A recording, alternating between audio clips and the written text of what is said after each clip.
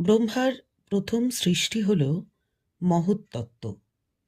এই মহত্তত্ত্ব থেকে দ্বিতীয় সৃষ্টি হয়। এই সৃষ্টি ভূত স্বর্গ নামে খ্যাত। তৃতীয় সৃষ্টি বিকারজাত, এটি ঐন্দ্রিয়ক নামে খ্যাত। এই তিনটি সৃষ্টির ক্ষেত্রে কোনো রকম মন বা বুদ্ধির স্থান নেই। প্রধান স্থাবর সৃষ্টি চতুর্থ সৃষ্টি।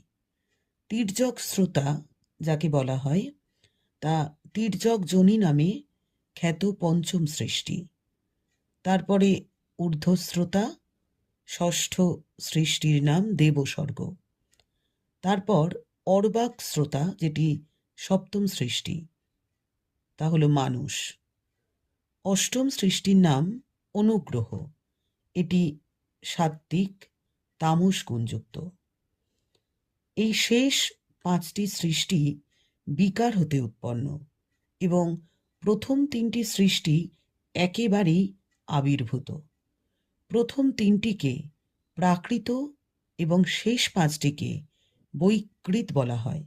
সুতরাং প্রাকৃত ও বৈকৃত মিলে সৃষ্টি মোট ৮ রকম।